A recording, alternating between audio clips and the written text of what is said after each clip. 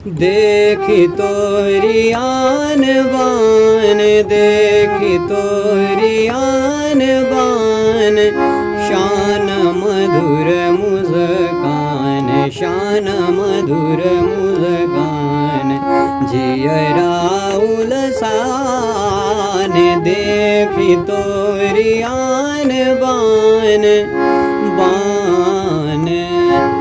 Hello दोस्तों, तो कैसे हैं आप लोग। एडीएस संगीत महाविद्यालय में आप सभी का स्वागत है।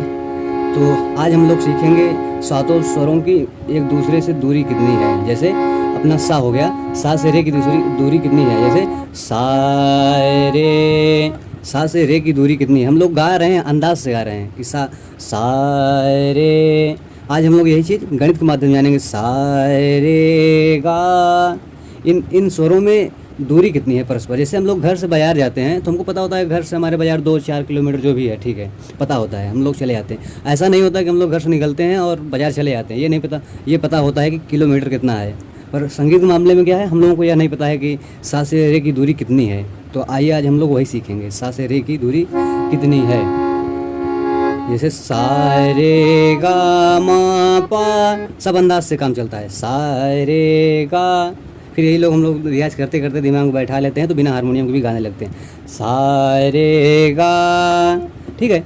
तो आज हम लोग इस समस्या को दूर करेंगे कि गणित के माध्यम से समझेंगे कि स्वरों में दूरी कितनी है। तो आइए पेन कापी उठाते हैं, फिर आपको समझाते हैं कैसा है सिस्टम। ये रहा। तो स्वर को समझने के लिए दूरी इनकी, सबसे पहले हम लोग शुरू से ही स्टार्ट करते हैं। तो जैसा कि हमारे प्राचीन ग्रंथों में मिलता है कि श्रुति इत श्रुत्यते, अर्थात जो कुछ कानों द्वारा सुना जाए वह श्रुति है, ठीक है। जो भी कुछ हम लोग कानों द्वारा सुनते हैं वह श्रुति। जैसे पंखे की आवाज़, गाड़ी का हॉर्न, पटाखे की आवाज़, जो भी हो वह श्रुति कहलाती है। पर संगीत में मधुर ध्वनि को श्रुति माना गया है, मतलब जो कानों को अच्छा लगे। ना कि हर श्रुति सब है, पर संगीत में उसका उपयोग नहीं किया गया है। संगीत में मधुर ध्वनि का उपयोग हुआ है, ठीक है। तो जैसे हमारा ये सप्तक हो गया, एक सप्तक में 12 स्वर होते हैं। तो एक सप्तक में असंख्य नाद होते हैं, असंख्य नाद। तो असंख्य नाद वो इतने एक दूसरे के पास हैं कि उन्हें सुनकर स्पष्ट रूप से पहचाना नहीं जा सकता कि ये इसका कितना आंदोलन संख्या है, क्या नहीं है। तो असंख्य नादों में से हमारे पुराने संगीतकार जो प्राचीन के थे, विद्वान लोग थे, उन्होंने कन्फर्म किया कि हमको कुछ ऐसे नाद चुनना है जो स्पष्ट रूप से सुना जा सके और पहचाना जा सके।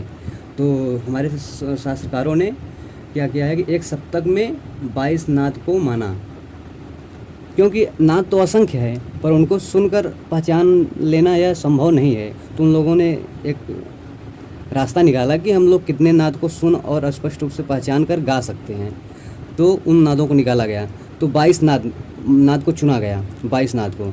तो 22 नादों को ही आगे चलकर उसका नाम परिवर्तित करके श्रुति कहा गया। तो 22 नादों को ही श्रुति कहा गया शास्त्रकारों ने, सर्वसम्मति से। कई शास्त्रकार थे, सब लोगों ने मिलजुल कर तो 22 नादों का नाम श्रुति रखा।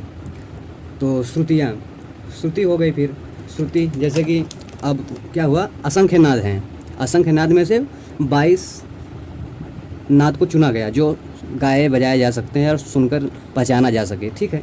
तो 22 करते हैं हम। 1 2 3 4 5 6 7 8 9 10 11 12 13 14 15 16 17 18 19 20 21 22 नाद हो गए हम लोगों को, ठीक है। अब इन्हीं 22 नादों को श्रुति नाम दे दिया गया। क्या नाम दे दिया? श्रुति नाम दे दिया गया, ठीक है। तो एक तरीके से भी कह सकते हैं कि असंख्य नादों में से 22 को चुन लिया गया जिन्हें श्रुति कहा गया। असंख्य नादों में से 22 को चुन लिया गया और आगे चल उन्हें ही श्रुति कहा गया, ठीक है। इतना कंफर्म हुआ। तो अब ये क्या हो गई, 22 श्रुतियाँ हो गई हमारे पास। जैसे क्या हो गया, इन 22 श्रुतियों का नाम भी है क्रम से। जैसे तीव्रा, कुमुदवती, मंदा, छंदोवती, दयावती, रंजनी, रतिका, रौद्री, क्रोधा, वज्रिका, प्रसारणी, प्रीति, मार्जनी, क्षिति, रक्ता, संदीपनी, अलापनी, मदंती, रोहिणी, रम्या, उग्रा, छोबड़ी। इस 22 श्रुतियों का नाम भी है। तो क्या नाम था आप लोगों को याद करना पड़ेगा। अभी तो ज़्यादा थ्योरी में नहीं घुसते हैं हम लोग, बाहर निकलते हैं, हम लोगों को स्वर समझना है। तो इन्हीं 22 श्रुतियों का नाम है।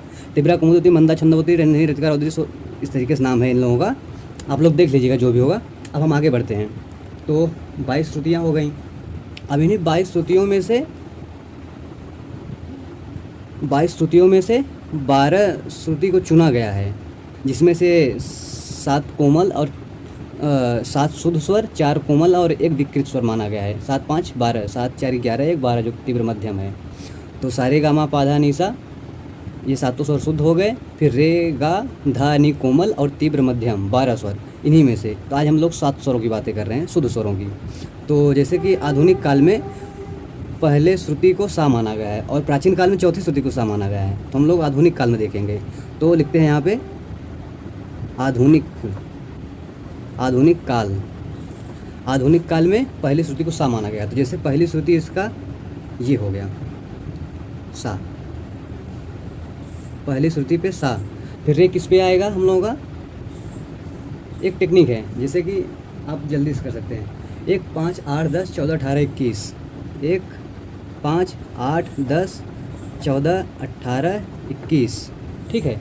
1 5 8 10 14 18 21, इसको याद कर लीजिए, आपको 7 स्वर याद हो गए। जैसे सा रे गा मा पा धा नी, सा रे गा मा पा धा नी, 7 हो गए ना।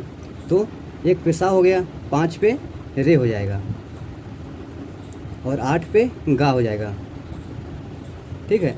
10 पे माँ हो जाएगा और 14 पे 1 5 8 10 14 पे पा, 18 पे धा और 21 पे नी, ये रहा। तो 1 5 8 10 14 18 21, इस तरीके से श्रुति है हमारी। इन श्रुतियों पर हमारा क्या है? 12 स्वर हैं इन श्रुतियों पर। अब इन श्रुतियों का नाम देख लेते हैं। पहली श्रुति पर सा पे कौन सा जिस श्रुति पर है उस श्रुति का क्या नाम है? सा वाली श्रुति का नाम क्या है? सा जिस श्रुति पर है उसका नाम है तिब्रा। क्या नाम है? तिब्रा। और जो रे है वो 5वीं श्रुति पर है। 5वीं श्रुति का नाम है दयावती। 5वीं श्रुति का नाम है दयावती। और जो 8वीं श्रुति पर है उस पर गा है। तो गा का क्या नाम है? रौद्री नाम है। क्या नाम है? रौद्री। तिब्रा, दयावती, रौद्री। और 10वीं पर माँ है। 10वीं पर माँ है। तो माँ जिस श्रुति पर है उसका नाम क्या है? 10वीं पर माँ है तो 10वीं का नाम क्या था? वज्रत्रिका नाम है इसका, वज्रत्रिका। 10वीं का क्या नाम है? वज्रत्रिका। और फिर 14वीं पर आते हैं। 14वीं का नाम है क्षिति, जिस पर पा है। 14वीं पर पा है, इसका नाम क्षिति है। और 18वीं पर धा है, तो धा वाले का क्या नाम है? देखते हैं। 18वीं पर धा है, इसका था मदंती, इसका नाम मदंती है। और फिर 21वीं पर नी है, तो इसका नाम उग्रा है। 21वीं श्रुति का नाम उग्रा है, ठीक है। ये समझ गए। अब हम देखते हैं सारे गामा पाधा निसा, इन स्वरों की दूरी, आंदोलन संख्या कितना है। ये अब हम लोग देखते हैं सारे गामा पाधा नी। जैसे सा, रे, गा, मा, पा, धा, नी। अब इन श्रुति स्वरों का आंदोलन संख्या कितनी है, मतलब अब हम लोग बात करेंगे कि यह सा हो गया अपना सा, रे, इनका आंदोलन, इस सा में जो आंदोलन हो रहा है, सा आंदोलन से ही धुन निकल रही है ना।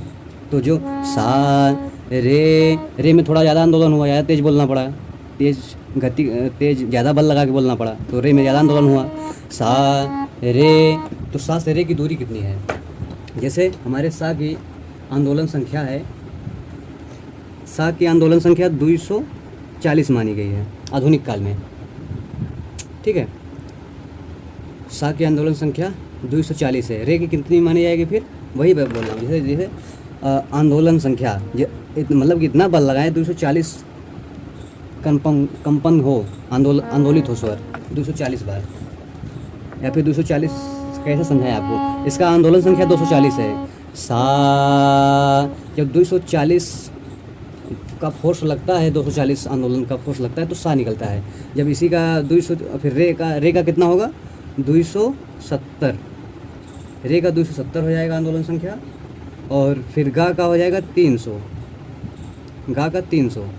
और माँ का हो जाएगा आपके, माँ का हो जाएगा 320 और पा का हो जाएगा 360 और धा का हो जाएगा 405 और नी का हो जाएगा 450।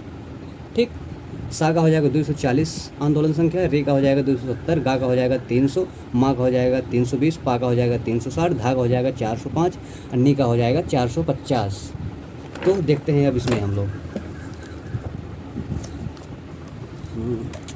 जैसे अब सा का आंदोलन संख्या कितना है 240, सा, फिर इससे थोड़ा सा बढ़ के हो गया है 270 हो गया है रे का, तो कितना होगा, कैसे होगा, सा रे, इसका आंदोलन संख्या रे का कितना है 270।